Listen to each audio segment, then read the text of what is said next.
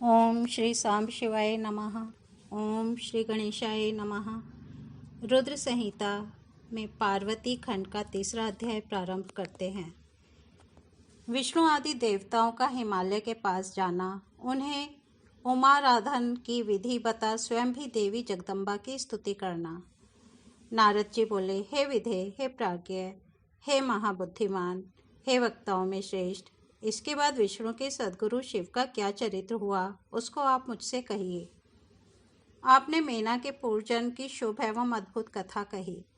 उनके विवाह प्रसंग को भी मैंने भली भांति सुन लिया। अब उनके उत्तम चरित्र को कहिए। हिमालय ने मेना के साथ विवाह करने के बाद क्या किया? जगदम्बा पार्वती ने उनसे किस प्रकार जन्म लिया और कठोर तप किस प्रकार शिवजी को पति रूप में प्राप्त किया, यह सब बताइए। और हे ब्रह्मन, शंकर के यश का विस्तार से वर्णन कीजिए।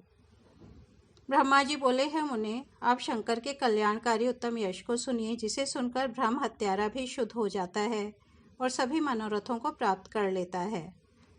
हे नारद, जब मैना के साथ विवाह करके हिमवान घर गए, तब तीनों लोकों में बड़ा भारी उत्सव हुआ।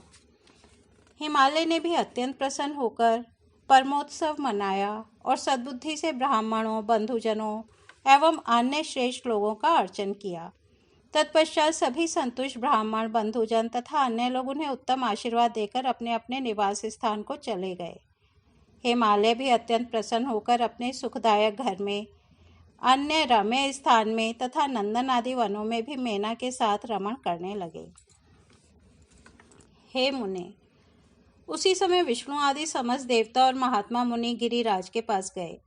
गिरिराज ने उन देवताओं को आया हुआ देखकर प्रसन्नतापूर्वक उन्हें प्रणाम किया और अपने भाग्य की सराहना करते हुए भक्ति भाव से उनका सत्कार किया। हाथ जोड़कर मस्तक झुकाए हुए उन्होंने उत्तम भक्ति से स्तुति की। हिमालय के शरीर में महान रोमांच हो आया और उनके नेत्रों से प्रेम के आंसू बहने लगे। हे मुने, तब हिमालय प्रसन्न मन से अत्यंत प्रेम पूर्वक प्रणाम करके और विनीत भाव से खड़े हो विष्णु आदि देवताओं से कहने लगे। हिमाचल बोले, आज मेरा जन्म सफल हो गया, आज मेरी महान तपस्या सफल हुई, आज मेरा ज्ञान सफल हुआ और आज मेरी क्रियाएं सफल हो गईं। आज मैं धन्य हो गया, मेरी समस्त भूमि धन्य हो गई, मेरा कुल धन्य हो गया, मेरी स्त्री तथा मेरा सब कुछ धन्य हो गया। इसमें संशय नहीं है, क्योंकि आप सभी लोग एक साथ मिलकर एक ही समय यहाँ पधारे हैं। मुझे अपना सेवक समझकर आप लोग प्रसन्नतापूर्वक उचित कार्य के लिए आज्ञा दें। ब्रह्मा जी बोले। तब हिमालय के इस वचन को सुनकर विष्णु आदि वे देवता अपने कार्य की सिद्धि को मानकर प्रसन्न होकर कहने लगे। देवता बोले, हे महाप्राज्ञ हिमालय, हमारा हितकारक वचन सुनिए। हम सब लोग जिस काम के लिए यहाँ आए हैं उसे प्रसन्नतापूर्वक बता रहे हैं। हे गिरे, पहले जो जगदम्बा उमा दक्ष कन्या सती के रूप में उत्पन्न हुई थी और रुद्रपत्नी होकर चिरकाल तक इस भूतल पर क्रीड़ा करती रहीं, वे ही जगदम्बा अपने पिता से अनादर पाकर अपनी प्रतिज्ञा का स्मरण करके यज्ञ में शरीर का त्याग कर अपने परम धाम को चली गईं। हे हिमगिरे, यह कथा लोक में विख्यात है और आपको भी विदित है। अब ऐसा होने पर आपके यहाँ उनके उत्पन्न होने पर सभी देवगणों का तथा आपका भी बहुत लाभ होगा और वे सभी देवतागण भी आपके वश में हो जाएंगे। ब्रह्मा जी बोले। उन विष्णु आदि देवताओं की यह बात सुनकर गिरिराज ने उनको आदर देने के लिए नहीं, अपितु स्वयं प्रसन्नचित होकर तथास्तु ऐसा कहा। तत्पश्चात वे देवता उमा को प्रसन्न करने की उस विधि को हिमालय से आदरपूर्वक कहकर स्वयं शंकर प्रिया उमा की शरण में गए। वे देवता उत्तम स्थान पर स्थित होकर मन से जगदम्बा का स्मरण करने लगे और अनेक बार उन्हें प्रणाम कर श्रद्धा के साथ उनकी स्तुति करने लगे।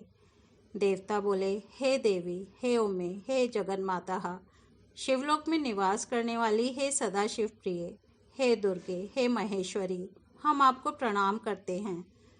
हम लोग श्री शक्ति, पावन, शांत, पुष्टि रूपिणी, परम तथा महत और अव्यक्त रूपिणी आपको भक्तिपूर्वक प्रणाम करते हैं। कल्याण रूपिणी, कल्याण करने वाली, शुद्ध, स्थूल, सूक्ष्म, सबका परम आश्रय और अंतर्विद्या तथा सुविद्या से प्रसन्न होने वाली आपको हम नमस्कार करते हैं। आप ही श्रद्धा हैं, आप ही धृति हैं, आप ही श्री हैं, आप ही सर्वगोचरा हैं। सूर्य में रहने वाली प्रकाश रूपा आप ही हैं तथा आप अपने प्रपंच को प्रकाशित करने वाली हैं, जो ब्रह्मांड में तथा समस्त जीवों में रहने वाली हैं और जो ब्रह्मा से लेकर समस्त दृढ़ पर्यंत संसार को तृप्त करती हैं, उन्हें हम प्रणाम करते हैं। आप ही गायत्री हैं, आप ही वेद माता सावित्री एवं सरस्वती हैं।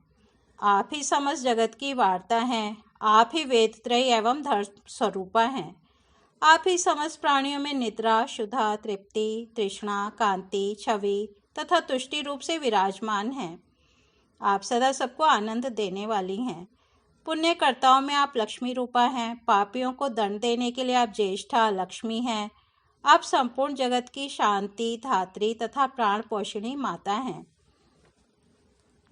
आप पांचों भूतों के सार तत्व को प्रकट करने वाली तत्व स्वरूपा हैं। आप ही नीतिज्ञों की नीति तथा व्यवसाय रूपिणी हैं। आप ही सामदेव की गीति स्वरूपा हैं। आप ही यजुर्वेद की ग्रंथि हैं। आप ही ऋग्वेद की ऋचा रूप स्तुति तथा अथर्ववेद की मात्रा हैं और आप ही मोक्ष स्वरूपा हैं, जो सभी देवगणों की शक्ति हैं, तमोमयी हैं, एकमात्र धारण पोषण गुणों में देखने में आती हैं, रजोगुण के प्रपंच से केवल सृष्टि रूपा हैं तथा जिन्हें हमने कल्याणकारिणी सुना है, उनकी हम स्तुति करते हैं। कराल संसार सागर के महान दुखों से पार कराने वाली, पाल रहित नौका रूपिणी, अष्टांग योग के पालन रूपी क्रीड़ा में दक्ष और विंध्य पर्वत पर निवास करने वाली उन भगवती को हम प्रणाम करते हैं, जो प्राणियों के नासिका, नेत्र, मुख, भुजा, वक्षः स्थल एवं मन में प्रतिष्ठित होकर सदा धैर्य पूर्वक सुख प्रदान करती हैं, जो संसार के कल्याण के लिए सुखकारी निद्रा रूप में प्रवृत्त हैं। वे संसार की स्थिति तथा पालन के लिए हमारे ऊपर प्रसन्न हों। ब्रह्मा जी बोले, इस प्रकार जगदम्बा महेश्वरी उमा सती की स्तुति करके अपने हृदय में विशुद्ध प्रेम लिए वे सब देवता उनके दर्शन की इच्छा से वहां खड़े रहे। इस प्रकार श्री शिव महापुराण के अंतर्गत द्वितीय रुद्र संहिता के तृतीय पार्वती खंड में देव स्तुति वर्णन नामक तीसरा अध्याय पूर्ण हुआ। अब हम चतुर्थ अध्याय सुनते हैं। उमा देवी का दिव्य रूप में देवताओं को दर्शन देना और अवतार ग्रहण करने का आश्वासन देना। ब्रह्मा जी बोले, हे नारद, इस प्रकार देवताओं के द्वारा स्तुति किए जाने पर दुर्ग नामक राक्षस के द्वारा उत्पन्न संकट का नाश करने वाली जगन माता देवी दुर्गा देवताओं के समक्ष प्रकट हुई।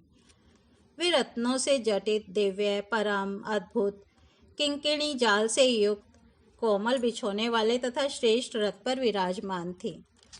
करोड़ों सूर्यों से भी अधिक प्रभायुक्त, रम्य अंगों से भासित, अपनी तेजो राशि के बीच विराजमान, सुंदर रूप वाली, अनुपम छवि से संपन्न, अतुलनीय, महामाया, सदाशिव के साथ विलास करने वाली, त्रिगुणात्मिका, गुणों से रहित, नित्या, शिवलोक में निवास करने वाली, त्रिदेव जननी, चंडी, शिवा, सभी कष्टों का नाश करने वाली, सबकी माता, महानिद्रा, सभी स्वजनों भक्तों को मोक्ष प्रदान करने वाली, उन भगवती शिवा को तेजो राशि की प्रभा के रूप में देवताओं ने देखा, किंतु उनके प्रत्यक्ष दर्शन की अभिलाषा वाले देवताओं ने पुनः उनकी स्तुति की। इसके बाद भगवती के दर्शन के अभिलाषी देवगण उन जगदम्बा की कृपा प्राप्त करके ही उनका प्रत्यक्ष दर्शन कर सके। देवी के दर्शन से सभी देवगणों को महान आनंद प्राप्त हुआ। उन्होंने बार बार उनको प्रणाम किया और विशेष रूप से उनकी स्तुति करने लगे। देवता बोले, हे शिवे, हे शर्वाणी, हे कल्याणी, हे जगदम्बा, हे महेश्वरी, हम सभी देवता सबके दुखों का नाश करने वाली आपको सदा प्रणाम करते हैं। हे देवेशी, वेद एवं शास्त्र भी आपको पूर्ण रूप से नहीं जानते हैं। हे शिवे, आपका ध्यान एवं महिमा वाणी एवं मन से अगोचर है। श्रुति भी चकित होकर सदा अतत व्यावृत्ति से नेति नेति कहते हुए आपका वर्णन करती है, तो फिर दूसरों की तो बात ही क्या है। हे शिवे, भक्ति से आपकी कृपा प्राप्त करके बहुत से भक्त आपकी महिमा को जानते हैं। आपके शरणागत भक्तों को कहीं भी भय आदि नहीं होता। हे अंबिके, हम सब आपके दास हैं, अतः अब आप प्रेम युक्त होकर हमारी प्रार्थना सुने। हे देवी, हम लोग आपकी महिमा का थोड़ा सा वर्णन करते हैं। आप पहले दक्ष की पुत्री होकर शिवजी की प्रिया बनी थी। आपने उस समय ब्रह्मा तथा अन्य लोगों के महान दुख को दूर किया था। आपने अपने पिता से अनादर प्राप्त कर अपनी प्रतिज्ञा के अनुसार अपने शरीर को त्याग किया और आप अपने धाम को चली गई थी, जिसके कारण महादेव जी ने दुख पाया था। किंतु हे महेश्वरी, देवताओं का वह कार्य पूरा नहीं हुआ, इसलिए हम समस्त देवता एवं मुनिगण आपकी शरण में आए हुए हैं। हे महेशानी, आप देवताओं के मनोरथ को पूर्ण कीजिए, जिससे हे शिवे, सनत कुमार का कहा हुआ वचन सफल हो। हे देवी, आप पृथ्वी पर अवतरित होकर पुनः शिवजी की पत्नी बने और यथा योग्य लीला करें, जिससे देवगुण सुखी हो जाएं। हे देवी, कैलाश पर्वत पर स्थित भगवान शिवजी भी सुखी हो जाएं, सभी लोग सुखी हो जाएं और पूर्ण रूप से दुख का विनाश हो जाए। ब्रह्मा जी बोले, हे नारद, विष्णु आदि सब देवता यह कहकर प्रेम से मग्न हो गए और वे भक्तिपूर्वक विनम्रता से सिर झुकाए मौन खड़े हो गए। शिवा भी देवताओं की स्तुति सुनकर प्रसन्न हो गईं। अपनी स्तुति के कारण का विचार कर तथा प्रभु शिवजी का स्मरण कर भक्त वत्सला तथा दयामयी उमा देवी विष्णु आदि उन देवताओं को संबोधित करके हंसकर कहने लगी। उमा बोली, हे हरे, हे विधे, हे देवताओं, हे मुनिगण, अब आप सभी लोग दुख रहित हो जाइए और मेरी बात सुनिए। मैं आप लोगों पर प्रसन्न हूँ, इसमें संदेह नहीं है। मेरा चरित्र त्रैलोक्य को सर्वत्र सुख प्रदान करने वाला है। दक्ष आदि को जो मोह उत्पन्न हुआ वह सब मेरे द्वारा ही किया गया था। मैं पृथ्वी पर पूर्ण अवतार ग्रहण करूंगी, इसमें संदेह नहीं है। इसमें बहुत से हेतु हैं, उन्हें मैं आदरपूर्वक कह रही हूँ। हे देवताओं, पूर्व समय में हिमाचल और मैना ने बड़े भक्ति भाव से मुझ सती शरीर धारिणी की माता पिता के समान सेवा की थी। इस समय भी वे नित्य प्रति मेरी भक्तिपूर्वक सेवा कर रहे हैं और मैना विशेषकर अपनी पुत्री रूप में सेवा करती हैं, इसमें संदेह नहीं है। अतः रुद्र तथा आप लोग अपने अपने धाम को जाएं। मैं हिमालय के घर अवतार लूँगी, इससे सभी लोगों का दुख दूर हो जाएगा। आप सब लोग अपने अपने घर जाएं और चिरकाल तक सुखी रहें। मैं मैना की पुत्री के रूप में अवतार लेकर सभी को सुख प्रदान करूँगी। यह मेरा अत्यंत गुप्त मत है कि मैं शिवजी की पत्नी बनूंगी। भगवान शिव की लीला अद्भुत है, वह ज्ञानियों को भी मोहों में डालने वाली है। हे देवगणों, जब से मैंने दक्ष के यज्ञ में जाकर पिता द्वारा अपने स्वामी का अनादर देखकर दक्षोत्पन्न अपने शरीर को त्याग दिया है, उसी समय से वे कालाग्नि संज्ञक स्वामी रुद्रदेव दिगंबर होकर मेरी चिंता में संलग्न हैं। मेरे रोष को देखकर अपने पिता के यज्ञ में गई हुई धर्मज्ञ सती ने मेरी प्रीति के कारण अपना शरीर त्याग दिया। यही सोच करके वे घर छोड़कर अलौकिक वेश धारण कर योगी हो भटक गए। वे महेश्वर मेरे सती रूप का वियोग सहन नहीं कर पा रहे हैं। उन्होंने उसी समय से कामजन्य उत्तम सुख का परित्याग कर दिया है और मेरे निमित्त कुवेश धारण कर वे अत्यंत दुखी हो गए हैं। हे विष्णु, हे विधे, हे देवगणों, हे मुनिगणों, आप लोग महाप्रभु महेश्वर की भुवन पालिनी अन्य लीला भी सुने। ज्ञानी होते हुए भी विरह में व्याकुल वे मेरी अस्थियों की माला बनाकर धारण किए रहते हैं, फिर भी उन्हें कहीं भी शांति नहीं मिलती है। वे प्रभु अनाथ के समान इधर उधर घूमते हुए ऊंचे स्वर में रोते रहते हैं। उन्हें उचित तथा अनुचित का ज्ञान भी नहीं है। इस प्रकार वे प्रभु सदाशिव कामियों की गति दिखाते हुए लीला करते फिरते हैं और कामुक की भांति विरहकुल वाणी बोलते रहते हैं। वे शिव वस्तुतः निर्विकार तथा दीनता से रहित, अजित, परमेश्वर, परिपूर्ण, स्वामी, मायाधीश तथा सबके अधिपति हैं। वे तो लोकानुसरण कर ही लीला करते हैं। अन्यथा उन्हें मोह तथा काम से प्रयोजन ही क्या है। वे प्रभु ना तो किसी विकार से अथवा माया से ही लिप्त रहने वाले हैं। वे सर्वव्यापी रुद्र मेरे साथ विवाह करने की प्रबल इच्छा रखते हैं। अतः हे देवगणों, मैं पृथ्वी पर मेना हिमाचल के घर में अवतार ग्रहण करूंगी।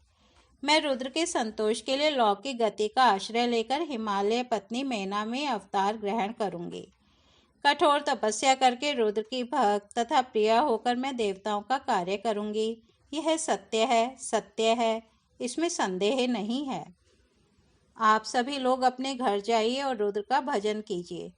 उन्हीं की कृपा से समस्त दुख दूर हो जाएगा, इसमें संदेह नहीं है। उन कृपालु की कृपा से सर्वदा मंगल ही होगा और मैं उनकी प्रिया होने के कारण त्रिलोक में वंदनीय तथा पूजनीय हो जाऊंगी। हे तात, इस प्रकार कहकर वे जगदम्बा देवताओं के देखते देखते अंतर्धान हो गईं और शीघ्रता से अपने लोक को चली गईं।